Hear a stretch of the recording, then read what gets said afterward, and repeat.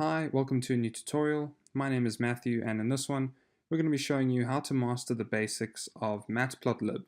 So Matplotlib is a Python 2D plotting library which produces a lot of quality visualizations, and if you want to read up about their documentation or to see more about them, you can just head over to their website, which is matplotlib.org, and then you can read all about their current version, which is 2.2.2 at this time of recording. So just to show some examples of what you can get out of Matplotlib, there's actually quite a lot. So you can see you get just about everything from scatter plots to histograms. So definitely take a look at what you can get out of this library, as you'll be amazed to see what you can actually do. So what we're going to be doing is we're going to be using Jupyter Notebook to work with Matplotlib. And the reason for this is just because Jupyter Notebook is basically an online Python script editor. And it's completely free and easy to install, and we'll show you how to do that in just a moment. But if you want to read more about them as well, you can head over to jupyter.org/install, and then you can see all about them as well. So without further ado, let's get started with this. So what you want to do is navigate into a terminal, whether you're on Windows or Mac, it will be the same, and just go to any directory or folder that you'd like to work out of. And what you want to do is install the dependencies that you'll need for this. So first you will need Matplotlib. So to install it, of course, you will need Python. That will allow you to have pip, which is the Python package manager. So you'll just have to say pip install matplotlib, and this will grab the latest version for you. Mine is already installed, so that's why it's giving me this requirement is already satisfied. And then the next requirement is Jupyter Notebook. So here you can just say pip install Jupyter, run that, and this is quite a large download, but mine again is also installed.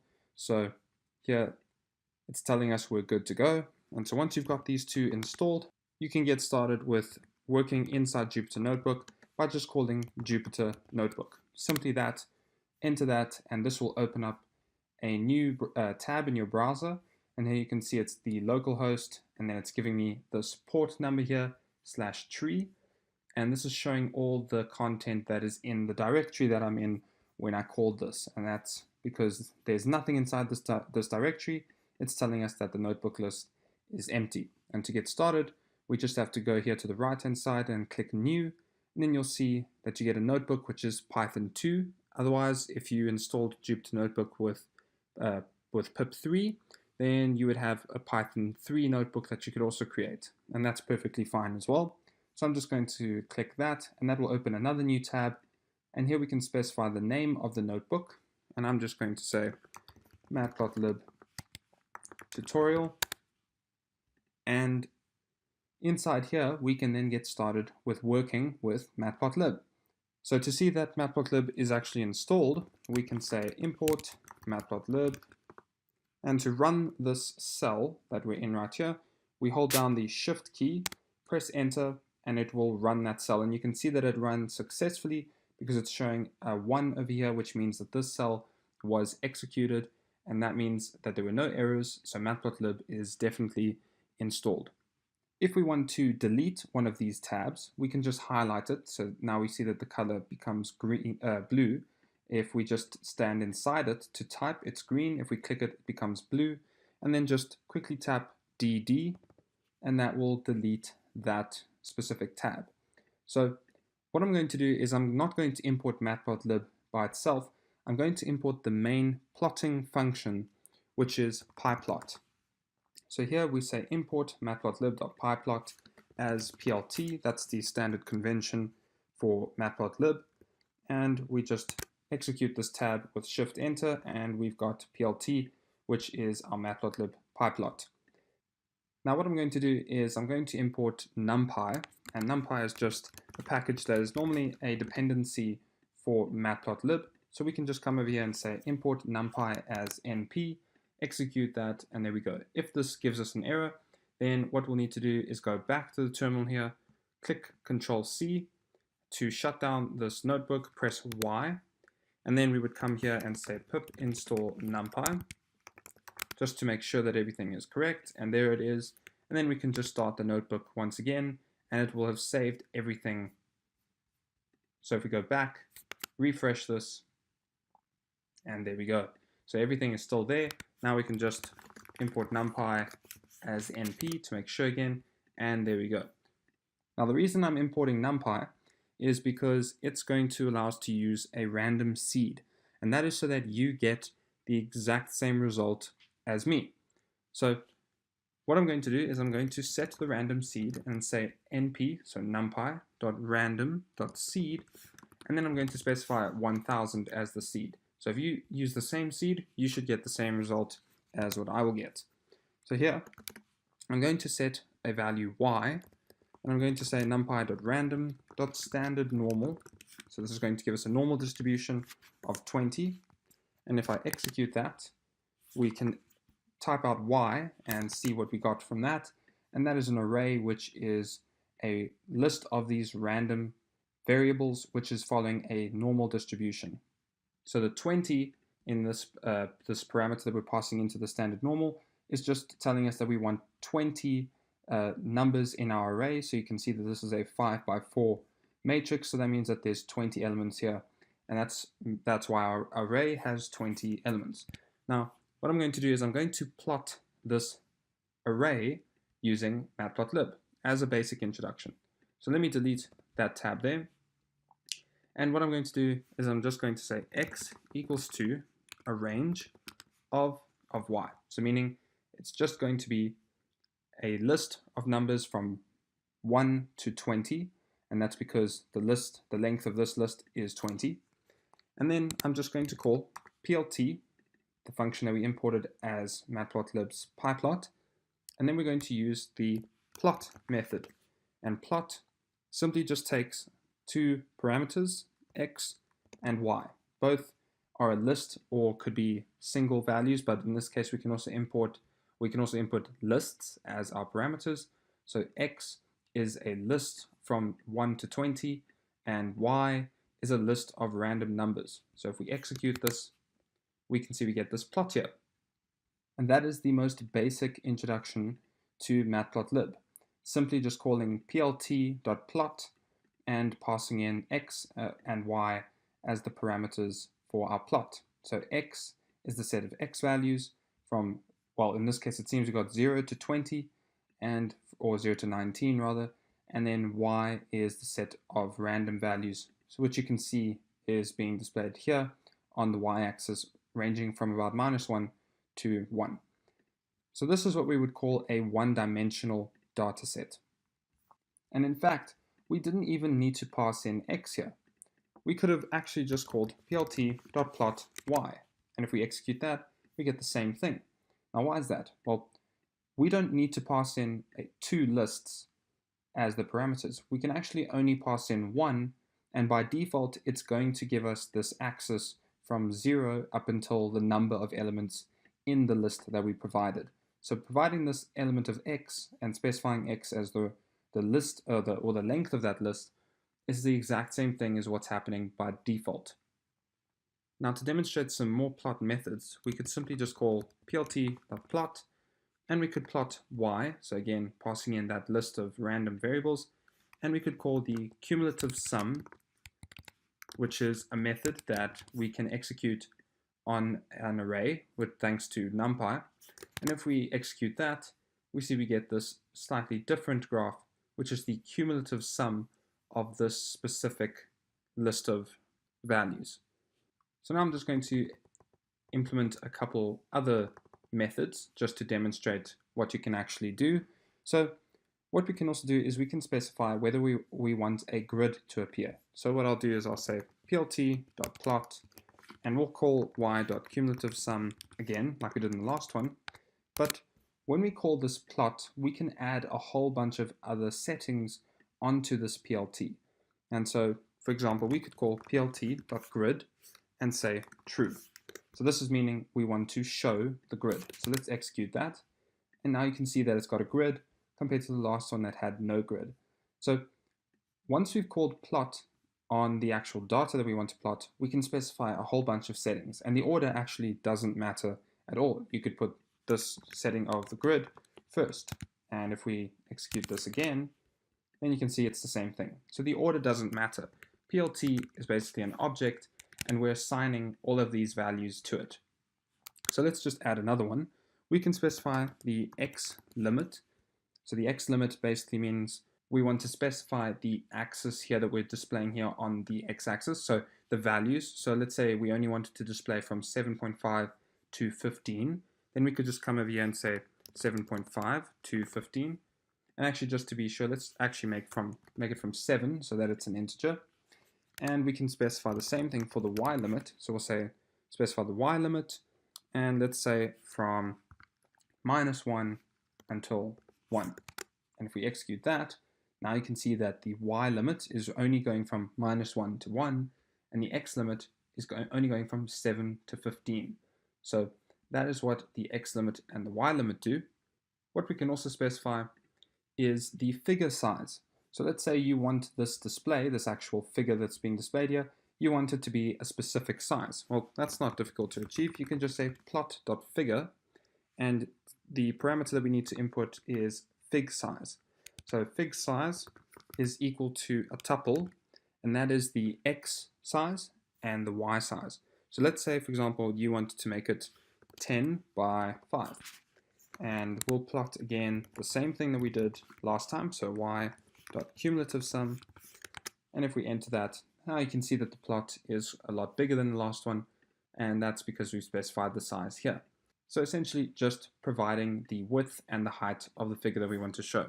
When we specify the plot command and we're passing in the data that we want to actually plot, there's a lot of parameters that we can pass into this method to customize what that plot is going to look like. Because ultimately, Matplotlib is just all about styling or visualization of the data that we want to see. So I can come and specify the color of the line that is actually being plotted. And just by putting it inside these inverted commas, we could specify B. And if we run that again, then that B means blue. Now this color that was by default is obviously not exactly blue. It's maybe a different shade of blue. And we can also actually specify the line width. And that's just with the LW command. So let's say we want it to be 3. And if we run it again, now you can see that the line definitely is a lot thicker. So those are just some examples of some parameters that you can pass into the plot method for your own styling. Let's actually add another line to that, and we'll say plot.plot. And yes, you can actually plot more than once on a single plot. So let's plot the same data again. So we'll say cumulative sum. And now let's make that every data point that is plotted, so remember all these points here are being joined by default with the plot command, but what we can actually also specify is the type of style that is being plotted. So for example, in this case, it's a line that's being plotted, but we could also specify just, for example, dots that would be displayed. So let's make the dot red. So we specify R as the color, and we specify O as the object. So if I run that again, now you can see we get these red balls that are being plotted where every point is. Now you can make these symbols whatever you want. There's quite a lot of settings that you can go through to specify what exactly you want it to be. But as an example, red is R0 or RO would give you a red circle. Now, to finish off the plot, we normally add a title and some labels to our axes. So to do that, we just have to call plot.xLabel for the x-axis label. And then there we could say, for example, index. And then we can do the same for the y label with the command of ylabel. So very similar to the x label. And here we'll just put value. And if we run that again, now you can see value is here on the y-axis and index is here on the x-axis. And so to add a title, you simply just say plot.title, and we'll just make this a simple plot, execute that, and there you go. Now you can see a simple plot is the title. And so now to end off, let's try and add one more plot which will be slightly more advanced, and this one's going to have what is called subplots. Now, subplot is basically just taking our plot and dividing it into many other smaller plots. And it's very simple to do. So what we'll do is we'll start off with a figure. So we'll say plot.figure, specify the figure size as a tuple, which takes, let's say, 75. And to start our subplot, we just have to call plot.subplot. And the parameters for the subplot can get quite confusing because it's the number of rows and then the number of columns and then the index.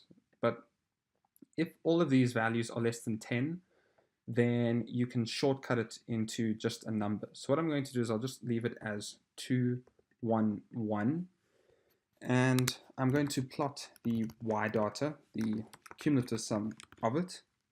And we'll just specify the length, or the width of the line rather, is 1.5. And we'll give it a label. Now, a label simply is just a label for this specific line. So we'll see it if we specify a legend for the plot. So we'll say this is the first plot. And on top of that, we will then specify plot.plot.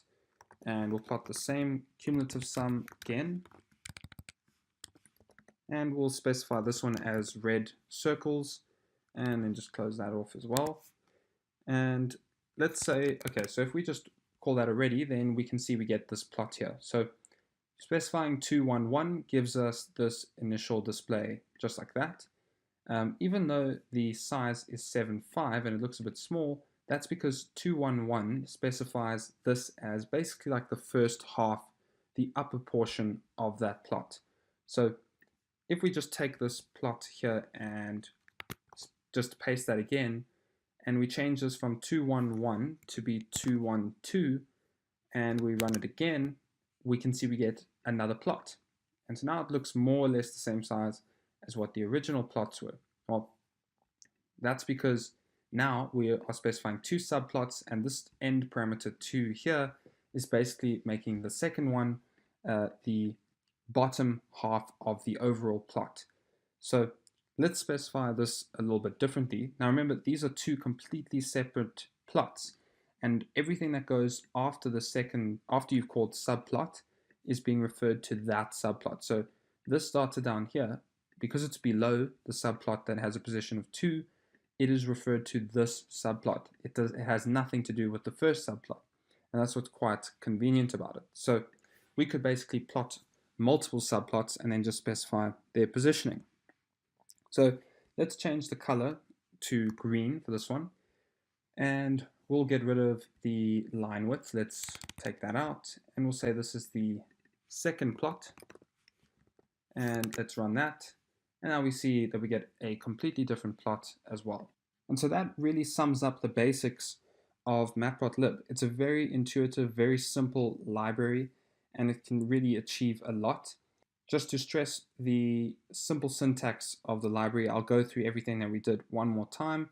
So the main things that you need to look out for is the plt.plot. That can sometimes get a bit confusing when people import it incorrectly. So the standard convention normally is calling the import of matplotlib.pyplot as plt. So plt is what you would normally work with instead of calling pyplot every single time. And all we need to do is specify the plot command and what data we want to plot. And so we don't need to specify more than one data set, although we could if we wanted to. There's nothing wrong with doing that. We just have to make sure that they are of the same length. But we could also specify just one data set, which in this case we were plotting y, and we can call operations on that data set just as we did here with the cumulative sum thanks to NumPy. And then on top of that, we can specify a whole bunch of parameters like we did with the grid. We can call that as true or false. By default, it's false. We can specify the x limit, the y limit, so we can basically cut the visualization to see exactly what we want. And we can specify the figure size. And for every plot command, we can specify the color of that line. We can specify whether it's circles, stars, different shapes, whether it's a line or whether it's not a line. We can specify the line width of it. We can give it a label, and it goes on and on. And so we can give it an X label, we can give a Y label, a title, very intuitive stuff, and the syntax is very clean as well. And then lastly for the subplots, which is just something that you'd have to get used to. Instead of calling 2, 1, 1, you could also just go 2, 1, 1, and instead of 2, 1, 2, you could just go 2, 1, 2, and if we run that again, it's the same thing. So that's what this little shortcut is for the same syntax. And again, this is only if all those parameters are less than 10. So if they're more than 10, then it won't work. But that really summarizes the basics of Pyplot or Matplotlib. If you enjoyed this tutorial and you want to see more, please make sure that you leave a comment down below. Otherwise, thank you for watching. Don't forget to subscribe, and we'll see you in the next one.